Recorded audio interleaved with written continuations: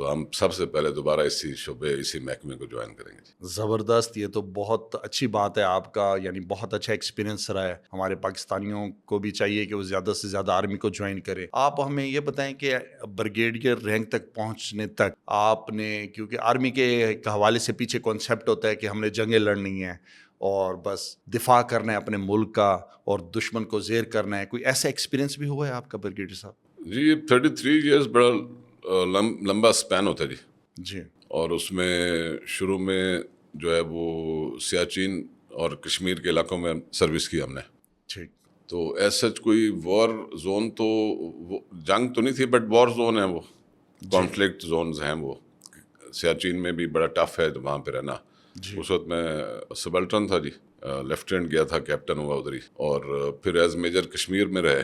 تو یہ initial experiences ہیں. صحیح. باقی اس کے بعد پھر سینئر رینکس میں آ کے ایز لیفٹیننٹ کرنل, پھر ایز بریگیڈیئر, پھر ہمیں موقع ملا جب ہم نے یہ ضرب اعظم میں, میں اس وقت بریگیڈ کمانڈ کر رہا تھا نارتھ وزیرستان میں. تو وہ ایک ٹائم تھا, ایسا ٹیسٹنگ ٹائم تھا. اللہ نے بڑی مہربانی کی اور ملک و قوم کی خدمت کی ہم نے. دہشت گرد عناصر سے لڑتے رہے, اپنے سامنے شہادتیں دیکھی ہیں, اپنے سامنے ہی لوگوں کو اٹھا کے ہم ڈیڈ باڈیز لائے ہیں, پیسز اٹھا کے اکٹھے کرتے رہے. تو شاید ہمارے نصیب میں شہادت نہیں تھی, لیکن ہمارے ساتھ کولیگز ہوتے تھے جو شہید ہوئے ہیں ہمارے ساتھ ہی. اور یہ بڑا ایک ٹیسٹنگ ٹائم ہوتا ہے. جی بالکل. اور اس میں اللہ تعالیٰ نے بڑی مدد کی, اور الحمدللہ آج آپ کے سامنے بیٹھے ہیں, ہم اپنے ایکسپیرینس شیئر کر رہے ہیں. جی بالکل بریگیڈیئر صاحب, نو ڈاؤٹ جب میدان جنگ میں ہوتا ہے, ادھر سے گولیاں, بارود, بمز پھٹ رہے ہوتے ہیں, دوست آپ کے کولیگس زخمی ہو رہے ہوتے ہیں, شہید ہو رہے ہوتے ہیں ایون, تو بڑا ٹائم ہوتا ہے. یہ جذبہ ایمانی ہی ہے جو انسان کو پختہ رکھتا ہے اور بندہ لڑتا رہتا ہے. یہ آرمی ایک پیشن ہے جی, یہ نوکری تو ہے نہیں جی کہ آپ نے نوکری کرنی ہے جی, آپ نے گھر چلانا ہے, آپ نے تنخواہ لینی ہے. یہ بات آپ نے ایک جو پیشن ہے کی ہے کہ آرمی ایک نوکری نہیں, یہ پیشن ہے, یہ بالکل ایسے ہی ہے. بالکل. اچھا بریگیڈیئر صاحب, آپ ریٹائرمنٹ کے بعد آپ نے بہت زیادہ ملتان میں متحرک ہوئے, سیاسی حوالے سے, سماجی حوالے سے. یہ آپ کا پیچھے کیا مقصد تھا, اس حوالے سے آپ کچھ ہمیں بتائیں گے؟ اور ایک آپ نے تحریک بھی شروع کی ملتان کی آواز کے نام سے, وہ بڑی یعنی اس نے پذیرائی بھی حاصل کی. اس کے حوالے سے آپ کا کیا مقصد ہے پیچھے؟ دیکھیں سر, ہم نے 2018 میں جب میں نے آرمی سے ریٹائرمنٹ لینے کا فیصلہ کیا, تو اس وقت آپشنز ہمارے پاس تھیں کہ ہم اسلام آباد سیٹل ہو جاتے, لاہور سیٹل ہو جاتے, جو کہ ارادہ بھی تھا ہمارا پہلے کہ ریٹائرمنٹ کے بعد جو ہے نا ادھر بڑے شہروں میں رہیں گے. اور پھر جس طرح فوجی افسران کرتے ہیں کہ ریٹائرمنٹ بعد کوئی نہ کوئی جاب کر رہے ہوتے ہیں, کوئی نہ کوئی نوکری کر رہے ہوتے ہیں, شام کو گولف کھیلتے ہیں, تو یہ کمٹمنٹ ہوتی ہے ایک ریٹائرڈ آفیسرز کی. لیکن مجھے ذرا اس اپنے دیہات سے, اپنی مٹی سے کچھ لگاؤ اس طرح کا تھا کہ ہم نے فوج چھوڑی اور ہم سیدھے آ کے ایک گاؤں میں بیٹھ گئے. ادھر اپنا گھر شہر بنایا, آپ نے وزٹ کیا ہوگا, دیکھا ہے آپ نے.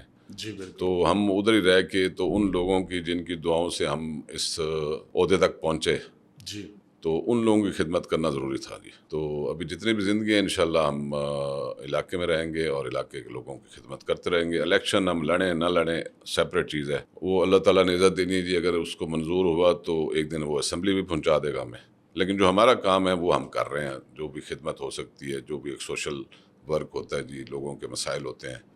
یہ علاقہ جو ہے وہ غاصبوں کا علاقہ ہے, یہاں پہ کافی لوگ تنگ ہیں, تو ہمارا ایک دروازہ کھلا ہوتا ہے ہر وقت. لوگ آتے ہیں, ضرورت مند آتے ہیں, جن کے مسائل ہیں وہ آتے ہیں. کوئی کسی کا تھانے کچہری کا مسئلہ ہے, کسی کے کوئی زمینوں کے مسئلے ہیں, کسی کے لڑائی جھگڑے ہیں, تو وہ ہم کوشش کرتے ہیں کہ ہم جتنا ہو سکے الحمدللہ وہ چیزیں لوگوں کو تسلی بخش ان کے کام کریں اور ان کی جتنی مدد ہو سکتی ہے کریں. زبردست. آپ نے ایک تحریک شروع کی تھی ملتان کی آواز کے نام سے, وہ کہاں تک پہنچی, اس کے کیا ریزلٹس آئے؟ رحان صاحب یہ 2019 کی بات ہے نا جی, اور اس وقت پی ٹی آئی کی گورنمنٹ تھی, اور انہوں نے ایک ساؤتھ پنجاب سیکٹریٹ اناؤنس کیا تھا, بہاولپور مرکز اس کا بنایا تھا, جس کے اوپر ہم نے جو ہے نا یہ تحریک ملتان کی آواز شروع کی. تو کافی جو سینئر جرنلسٹ ہیں, باقی دوست ہیں, ان سے ہم نے مشورہ کیا اور اس کو ہم نے ایک ایشو کو کھڑا کیا. تو 8-9 مہینے ہم نے پورے ملتان کے عوام کو اجاگر کیا. میں تمام جو شعبے ہیں سب ہر طرف گیا جی, لوگوں سے ملا. اس میں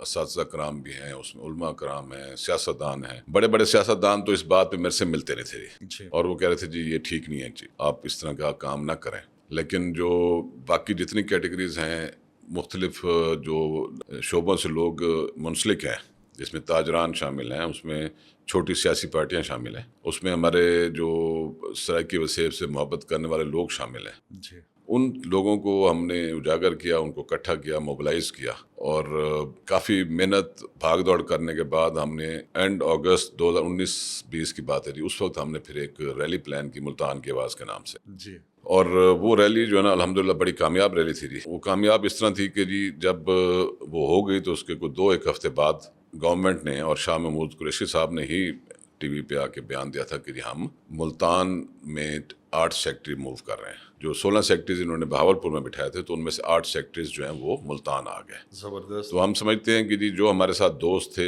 جتنے بھی اس موومنٹ میں شامل تھے، اس تحریک میں شامل تھے، یہ سب ان کی محنت تھی کہ گورنمنٹ کو اور اسپیشلی ملتان کی جو لیڈرشپ تھی، بڑی لیڈرشپ تھی، ان کو احساس ہوا کہ جی اگر اس چیز کو کنٹرول نہ کیا گیا یا ان کی ڈیمانڈ نہ پوری کی گئی تو یہ کل کو آگے ان کے لیے مسائل ہو سکتے ہیں. تو الحمدللہ یہ اس کا ہمیں بینیفٹ ہوا اور ہمارے پاس 8 سیکٹریز ملتان آ گئے. ابھی وہ 8 سیکٹریز کتنے متحرک ہیں یا کتنے ان کے عوام کو فائدہ ہو رہا ہے اس کے اوپر میں کمنٹ نہیں کروں گا، لیکن ایٹ لیسٹ یہ ہو گیا کہ سارا کا سارا سیکٹریٹ جو بہاولپور میں تھا وہ 50% ملتان آ گیا. یہ بڑی کامیابی ہے آپ کے ایفرٹس کی، نو ڈاؤٹ. اچھا بریگیڈیئر صاحب، آپ علاقائی سیاسی اپنے جو آپ کا حلقہ ہے اس حوالے سے آپ کی کیا پلاننگ ہے؟ آنے والے وقتوں میں کیا آپ نے الیکشن لڑنا ہے یا کیا کرنا ہے؟ اس حوالے سے آپ دیکھ رہے ہیں آپ کے جو کمپٹیٹرز ہیں، ڈیر صاحب ہیں، بوسن صاحبان ہیں، ادھر گیلانی صاحبان ہیں، اس حوالے سے آپ کیا کہنا چاہیں گے؟ دیکھیں وہ جو پہلے بھی سوال آپ نے ایک اس میں پوائنٹ تھا اور ابھی یہ بھی میں اس کو ملا کے جواب دے دیتا ہوں. لیکن سر یہ جو ہم نے ایک انڈیپینڈنٹ موومنٹ شروع کی تھی ملتان کی آواز کے نام سے، اس کو بڑی پذیرائی ملی. میرا اپنا ذاتی اتنا ایکسپیرینس نہیں تھا، میں نیا فوج چھوڑ گیا تھا، 2 سال بھی نہیں ہوئے تھے، تو کوئی سیاسی میرا اتنا ایکسپیرینس نہیں تھا. تو ہم نے 1 سال 1.5 سال اس تحریک کو چلایا اور بڑی پذیرائی تھی ملتان میں عوام کی طرف سے. اور ہمارے جن کے آپ نام لے رہے ہیں جو سیاسی حریف ہیں ہمارے، ان کو پریشانی تھی. صحیح. تو انہوں نے اس کا حل نکالا کہ اس کی کیسے کیا جائے. تو وہ پھر جو بھی گٹھ جوڑ ہوا اس کا نتیجہ یہ نکلا کہ ہم اس کا شکار ہو گئے. اور آج میں یہ غلطی تسلیم کرتا ہوں کہ ہمیں وہ پلیٹ فارم نہیں چھوڑنا چاہیے تھا. مجھے نون لیگ نے اپروچ کیا اور میری ناسمجھی تھی یا آپ جلد بازی تھی کہ ہم نے جو ہے نا وہ نون لیگ کو جوائن کر لیا 2021 میں، جو کہ اس وقت ہمیں نہیں کرنا چاہیے تھا. بعد میں نون لیگ نے ہمارے ساتھ کیا کیا وہ آپ کو پتہ ہے. جی بالکل. تو جس وجہ سے اگر میں 2024 کا الیکشن نہیں لڑ سکا تو میری اپنی کچھ غلطیاں ہیں جی، سیاسی غلطیاں ہیں. اور میرے خیال ہے میں تسلیم بھی کر رہا ہوں آپ کے سامنے، میں نے باقی دوستوں کے سامنے بھی کی ہے، مسٹیکس ہوئی ہیں میرے سے، اور کوشش کریں گے کہ آئندہ اس طرح کی مسٹیکس نہ ہوں. آئندہ کوئی ٹارگیٹ ہے آپ کا؟ کسی انڈیپینڈنٹ آپ لڑیں گے یا کوئی پارٹی باقاعدہ جوائن کریں گے؟ کوئی ایسا پلان ہے؟ دیکھیں میں اس وقت نون لیگ تو میں نے الیکشن پہ جب ٹکٹ نہیں دی تھی تو ہمارے مخالفوں کو ٹکٹ دے دی تھی، ان لوگوں کو ٹکٹ دی تھی جو نون لیگ سے ہر دفعہ دھوکے کرتے تھے. ٹھیک ہے. منسٹرز بنے، فوائد اٹھائے، لیکن 2-3 دفعہ ان کو اگلے الیکشن میں چھوڑ دیا. نون لیگ نے میرے جیسے ورکر کے اوپر ان کو پریفر کیا اور ان کو ٹکٹ دی. تو میں نے تو نون لیگ چھوڑ دی تھی الیکشن میں، اور کیونکہ خود پھر الیکشن نہیں لڑا تو میں نے یوسف رضا گیلانی صاحب آ گئے تھے، تو وہ آئے، انہوں نے پھر ریکویسٹ کی تو میں نے ان کو سپورٹ کری، سارا اپنا ووٹ بینک ان کو ڈلوایا، اور الحمدللہ وہ خود بھی جیتے، وہ ان کے بیٹے بھی جیتے.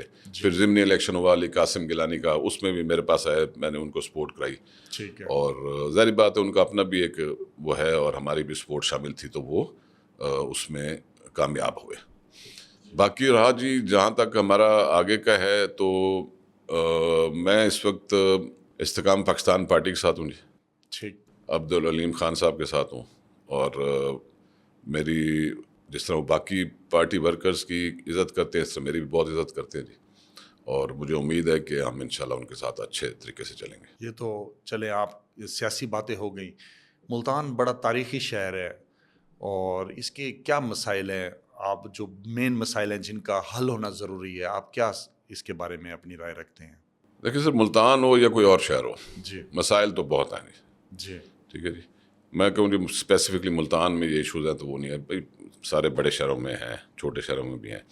اصل ایشو جو ہے نا وہ سیاستدان ہے جی. مسائل جو ہے نا وہ سیاستدان ہیں. یعنی آپ کہتے ہیں کہ جب تک سیاستدان ٹھیک نہیں ہوں گے یا صحیح لوگ سلیکٹ نہیں ہوں گے اس وقت تک پراپر مسائل حل نہیں ہو سکتے. جی ابھی وہ مسائل میں گننا شروع ہوں گے، ہر کوئی گنتا ہے، آپ کو پتہ ہے، لوگوں کو پتہ ہے کہ ہمارے کیا مسائل ہیں. ہمارے بجلی کے مسائل ہیں، ہمارے ایجوکیشن کے مسائل ہیں، ہمارے ہیلتھ کے مسائل ہیں، ہمارے سیوریج کے مسائل ہیں، ہمارے صاف پانی کے مسائل ہیں، ہمارے زراعت کے مسائل ہیں، مطلب لسٹ ہے لمبی. اس میں آپ یہ نہیں دیکھتے کہ ایڈمنسٹریشن بھی اس کی ذمہ دار جی ہے؟ میں وہی عرض کرتا جی، تو میں وہ لسٹ لمبی کے اوپر بات نہیں کرتا. جی اصل چیز ہے کہ یہ چیزیں ہو کیوں نہیں رہی، ٹھیک کیوں نہیں ہو رہی. تو اس میں ہمارے پالیسی ایشوز ہیں، ہماری پولیٹیکل انوالومنٹ ہے، بیوروکریسی کے بہت زیادہ قصور ہے اس میں. اور یہ مریم نواز صاحبہ ابھی جو اس وقت چل رہا ہے، میرے خیال میں ان کے میں کریڈٹ دوں گا کہ اس میں کافی چیزیں کنٹرول کی ہوئی انہوں نے. جی آلدو میں نون لیگ کا نہیں ہوں جی، میں چھوڑ چکا ہوں اور ناراضگی کی وجہ سے چھوڑ چکا ہوں، لیکن ان کی اس وقت جو پرفارمنس جاری ہے وہ کافی بہتر ہے. اور اس میں بیوروکریسی اس طرح سے نہیں سن رہی سیاستدانوں کی جیسے باقی دوروں میں سنتی تھی. تو اگر بیوروکریسی کے اوپر سے یہ سیاستدانوں کا ہاتھ اٹھ جائے اور ان کا اثر و رسوخ کم کر دیا جائے تو یہ اپنا کام کریں گے. وسائل بے تحاشا ہیں لیکن وہ استعمال نہیں ہوتے، وہ لگتے نہیں ہیں، صحیح جگہ پہ نہیں لگتے جی، وہ سیاسی نظر ہو جاتے ہیں. ابھی بریگیڈیئر صاحب آپ نے دیکھا ہے سیلاب آیا ہے ملتان کی تحصیل جلال پور اور علی پور مظفر گڑھ کا علاقہ، یہ بہت زیادہ یعنی 85% تقریباً جلال پور اور 95% سیدھ پور علاقہ یہ سارا ڈوب گیا ہے. لوگ بے حال ہو گئے ہیں، گھر ان کے ختم ہو گئے ہیں، جانیں زندگی مال سارا کچھ وہ یعنی لٹا بیٹھے ہیں. تو اس میں ٹھیک ہے یہ قدرتی آفت تھی، کہ آپ یہ سمجھتے ہیں کہ کوئی ایڈمنسٹریشن کا یا پلاننگ کا اریگیشن جو ڈپارٹمنٹ ہے اس کی بھی غفلت رہی ہے؟ دیکھیں سر، میں یہ تو نہیں کہوں گا کہ غفلت ہے. جی جو اریگیشن ڈپارٹمنٹ کے ہیں یا جو کنسرنڈ اتھارٹیز ہیں، جی وہ جب ایک ایکشن کر رہے ہیں تو فیصلہ کر رہے ہیں تو میرے خیال میں ہم سے بہتر سمجھتے ہیں. تو میں تو اس کو غفلت نہیں کہتا، یہ غلطی نہیں کہتا. انہوں نے جو فیصلہ کیا کہ جی ادھر سے توڑنا ہے باندھ، روڈ توڑنا ہے نہیں توڑنا، وہ انہوں نے کچھ حالات دیکھ کے کیا ہوگا، تو اس کے اوپر میں کرٹیک نہیں کرتا. باقی اس دفعہ فلڈس کا جو رہا ہے رجحان، آپ کو پتہ ہے آپ کے نیبرنگ کنٹری انڈیا میں کیا حالات ہوئے ہیں. جی تو اوور آل سارے ملکوں میں اسپیشلی اس بیلٹ میں کافی یہ سیلاب نے تباہ کاری کی ہے، جس کا افسوس بھی ہے اور صدمہ بھی ہے ہم سب کو. اور گورنمنٹ کو چاہیے کہ اس کے اوپر جتنا ہو سکتا ہے لوگوں کو سپورٹ کریں. باقی اس میں نالائکی کس کی ہے نہیں ہے اس کے اوپر کمنٹ کرنا مناسب نہیں ہے، کیونکہ ہمارے سے بہتر وہ سمجھتے ہیں جنہوں نے یہ فیصلے کیے. بریگیڈیئر صاحب کچھ کوتاہیاں عوام کی بھی ہیں جنہوں نے دریاؤں کے راستوں میں اپنے گھر بنا لیے ہیں یا کاشتکاری کر لی ہے اور گورنمنٹ بھی ان کو مینیج نہیں کرتی، یہ تو حقیقت ہے. ایسی ہے جی. ابھی میں وہی کہہ رہا ہوں جی، اس میں ہمارے جو سیاستدان ہیں جی سب سے بڑا کردار تو ان کا ہے نا. ابھی ایک بیٹ کا علاقہ ہے جس کو ہم بیٹ بولتے ہیں، جو دریا کا ہے، یعنی فلڈ بند جو ہے اس کے اور دریا کے درمیان کا جو علاقہ ہے. جی تو ابھی پروٹیکشن بند اور دریا کے درمیان کا علاقہ جو ہے وہ اگر آپ قانون دیکھیں تو اس میں تو سڑکیں بھی نہیں بن سکتی. لیکن آپ چلے جائیں اس ہمارے اٹھاڑ کی سائڈ پہ تو وہاں پہ میٹل سڑکیں ہیں. اب جب میٹل روڈز ہیں تو لوگوں نے گھر بھی بنانے ہیں، وہاں پہ دکانیں بھی بنانی ہیں، وہاں رہائشیں بھی رکھنی ہیں. تو میٹل روڈ اس لیے بنے ہوئے کہ وہاں پہ سیاستدانوں کے اپنے رقبے ہیں، تو انہوں نے آگے پورا روڈ نیٹ ورک پھیلا دیے. یہ مسائل تو ہیں جی. ابھی اگر آپ ریور بیلٹ کے اندر رہ رہے ہیں، گھر بنا رہے ہیں، مال مویشی رکھ رہے ہیں، تو ہر سال فلڈ تو آنا ہے اور اس کے اوپر آپ پھر گورنمنٹ کو بلیم کریں تو کسی حد تک کرنا چاہیے. میرے خیال کچھ ہماری اپنی کوتاہیاں بھی ہیں جی. اچھا بریگیڈیئر صاحب، آج کل آپ اپنے نوجوان نسل کو کیا میسج دینا چاہیں گے سوشل میڈیا کے حوالے سے، باقی کہ فیوچر میں وہ کون سی ایجوکیشن حاصل کریں، کس طرح وہ ترقی کر سکتے ہیں، کرائسس کو کیسے فیس کر سکتے ہیں؟ نوجوانوں کے لیے کوئی اسپیشل آپ میسج دینا چاہیں گے؟ جی میں مختلف فورمز کے اوپر یوتھ کے ساتھ بات کرتے رہتا ہوں جی، یونیورسٹیز میں، کالجز میں، یا ویسے بھی کافی ایسے موقع ہوتے ہیں. جی اور میری جو پرائرٹیز رہی ہیں وہ بھی یہی رہی ہیں جی. نمبر 1 جو ہے وہ ایجوکیشن جی. اور ایجوکیشن کے اوپر ہم کافی زور دیتے ہیں جب بھی میں یوتھ کے ساتھ ملتا ہوں کہ اپنی تعلیم، معیاری تعلیم حاصل کریں اور اپنے نوکری لینے کے لیے نہ کریں، اپنی ایک پازیٹیو سوچ ڈیولپ کرنے کے لیے ایجوکیشن حاصل کریں. جی تو اس میں جو ہم اپنے علاقے میں کرتے ہیں جی، اس میں کوشش ہماری ہوتی ہے جو میرٹ پہ لوگ ہیں، بچے ایسے ہیں جو افورڈ نہیں کر سکتے، تو ان کی ہم جتنی بھی سپورٹ کر سکتے ہیں ایجوکیشن میں وہ کرتے ہیں. پچھلے 2-3 سال سے ہم نے یہ کام شروع کیا تھا جی، اور پچھلے سال کوئی 5 بچے ہیں جنہوں نے BS پروگرام پورا کیا. اس دفعہ بھی جو ہے اس سے پچھلے سال بھی 4-5 بچے تھے. جی سو وہ ہم سلیکٹ کرتے ہیں جن میں ٹیلنٹ ہوتا ہے، پھر ان کو ہم داخلہ کرواتے ہیں اور سپورٹ کر دیتے ہیں. سو ایک تو میری یہ پرائرٹی رہتی ہے جی کہ میں جتنا ہو سکے. اسی طرح ایک اسکول ہے جو اس میں کوئی 400 بچہ پڑھ رہا ہے جی، فری ایجوکیشن ہے اس میں. اور وہ بھی ہم اس کو سارا دیکھ رہے ہیں جی. کچھ ہمارے ایک دو دوست بھی ہیں, ان کے ساتھ مل کے اس کو ہم کر رہے ہیں. اس میں کوئی 450 کے قریب بچہ ہے جی, جو پچھلے 7-8 سال سے فری ایجوکیشن ہے جی. تو میرا مین فوکس جو ہے نا وہ ایجوکیشن پہ ہے جی, جس میں لڑکیاں بھی شامل ہیں. ہم نے جو BS پروگرامس کیے ہیں اس میں کچھ 2 لڑکیاں ہیں جنہوں نے BS ابھی, ایک نے پوری کر لی, ایک اگلے سال پوری کرے گی. اس کے علاوہ جو ہیلتھ کے ہیں جی, صاف پانی کا ہے جیسے مسئلہ ہمارے, تو ہم نے جتنے اپنی کیپیسٹی پہ, کیونکہ میری کوئی NGO تو ہے نہیں جی, ہم نے لوگوں کو صاف پانی مہیا کرنے کے لیے جو ارینجمنٹس کی ہوئی ہیں, تو اس سے ہمارے ادھر 4-5 موضوع کے لوگ ہیں جو آ کے ادھر سے صاف پانی ہمارا جو فلٹریشن پلانٹ ہے اس سے لے جاتے ہیں آ کے. تو یہ ایک مطلب ایسی خدمت ہے جو ہم نے ادھر سیٹ اپ کیا تاکہ, اور آگے بھی انشاءاللہ ارادہ ہے بڑھانے کا جی.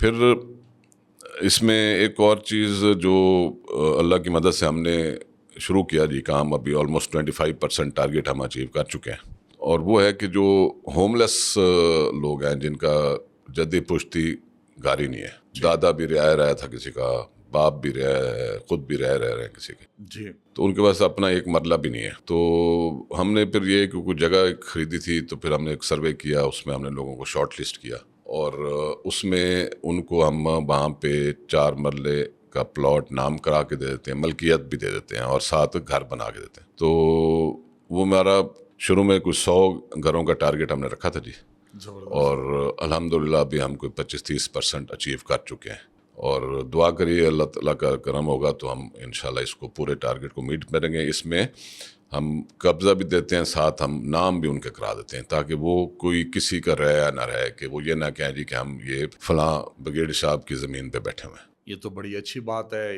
یہ آپ نے بڑا کار خیر کا کام کر رہے ہیں. بس ایسے ہی ہے رانا صاحب, بیسکلی تو یہ ہے کہ اس کی ذات راضی ہو جائے.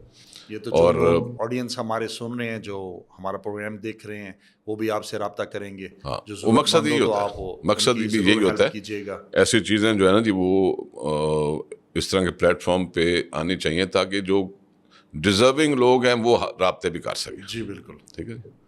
اچھا برگیڈیئر صاحب, آپ نے ابھی ایک رائڈنگ کلب میں نے سنا ہے بنایا ہے, اس کا وزٹ تو ہم نے کرنا ہے.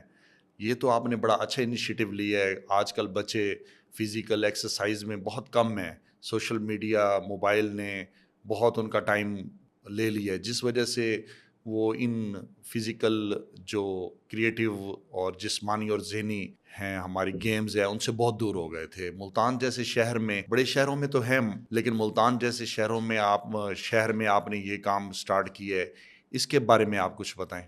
جی رانا صاحب, ایسی ہے جی, میں خود کیونکہ ایک پیشن ہے مجھے رائڈنگ کا جی, جی اور گھوڑوں کے ساتھ بڑا لگاؤ رکھتا ہوں میں. تو میں نے خود کوئی 25-26 سال پولو کھیلی ہے جی آرمی میں رہ کے, اور نیزہ بازی اور شو جمپنگ. تو میں نے ساری جو گھوڑوں سے ریلیٹڈ ایکویسٹرین سپورٹس ہیں وہ کی ہوئی ہیں. تو وہ ابھی یہاں پہ جب آئے تھے تو یہاں میں یہ مسئلہ آ رہا تھا کہ جی ہمارے جنوبی پنجاب میں, ایون خاص طور ملتان میں, کہیں پہ اس طرح کی فیسلٹی نہیں ہے جہاں پہ ہم لوگوں کو باقاعدہ گھوڑ سواری سکھا سکیں. جی.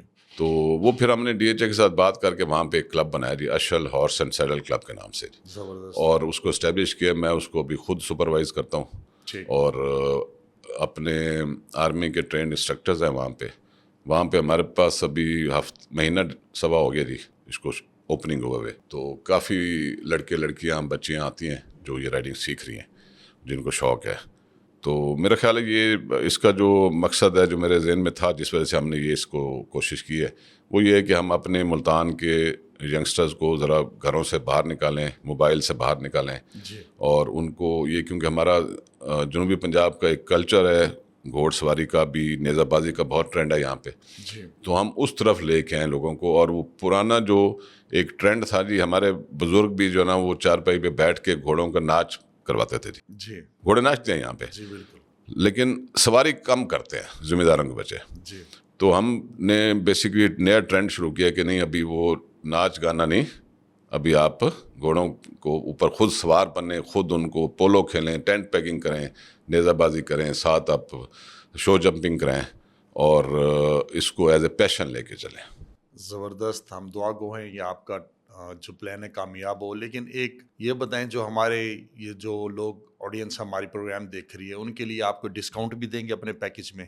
جو جی، اس پلیٹ فارم سے آپ کی یہ بات سن کے آئے گا. ایسی ہے، اس آپ میں اس کا کہنے کی اعلان ابھی ضرورت- کر دیں تاکہ جو ہمارے آڈینس ہیں ان کو ہم کہہ سکیں کہ آپ جائیں ہمارے پلیٹ فارم کے تھرو, تو بریگیڈیئر صاحب آپ کو اسپیشل ڈسکاؤنٹ بھی دیں گے. جی ایسے ہے جی. دیکھیں یہ جو ہے نا یہ ایک مہنگا شوق ہے, جی کیونکہ اس میں آپ نے کلب چارجز دینے ہیں, ساتھ آپ نے کچھ سامان بھی خریدنا ہوتا ہے, مطلب جوتے پہننے ہیں آپ نے. ہم نے کلب میں کچھ سامان لے کے رکھا ہوا ہے ٹھیک, تاکہ جو ہمارے پاس شروع میں لوگ آتے ہیں, بچے آتے ہیں, ان کو امیڈیٹلی ان کے اوپر برڈن نہ پڑے, وزن نہ پڑے, جی تو وہ ان کو وہ کچھ عرصہ کلب کا سامان استعمال کر سکتے ہیں. باقی آپ کی طرف سے تو جو آپ ڈسکاؤنٹ کہیں گے ہوگا, لیکن اوور آل میں بتا سکتا ہوں کہ جی اسٹوڈنٹس کے لیے تو بہت اسپیشل ڈسکاؤنٹ ہے. لڑکیوں کے لیے بہت کم پرائسز ہیں جی, ٹھیک ہے. اور اس میں 30% ایون 40% ڈسکاؤنٹ ہیں فار فیمیل اور ساتھ اسٹوڈنٹس کے. زبردست, یہ تو آلریڈی آپ نے اچھے ڈسکاؤنٹ رکھے ہوئے ہیں. بیسکلی یہ اٹریکٹ کرنے کے لیے ینگسٹرز کو, چاہے وہ لڑکیاں ہوں لڑکے ہوں, تاکہ وہ اس اسپورٹ کی طرف آئیں جی. زبردست. تو آپ کے حوالے سے جو بھی آئے گا انشاءاللہ ہی ول بی لکڈ آفٹر جی. لیں جی ناظرین, ہمارے حوالے سے آپ ضرور جائیے گا. رائڈنگ کلب DHA میں بنا ہوا ہے. بریگیڈیئر صاحب انشاءاللہ تعالیٰ کوآپریٹ کریں گے. آج کا پروگرام بریگیڈیئر صاحب کے ساتھ بڑی تفصیل سے ڈسکس ہوئی. آپ نے سنا ان کی سیاسی سماجی ساری سرگرمیاں, آرمی کے حوالے سے بھی ڈسکس ہوئی. ابھی ہم آپ سے اجازت چاہیں گے, ملتے ہیں نیکسٹ پروگرام میں.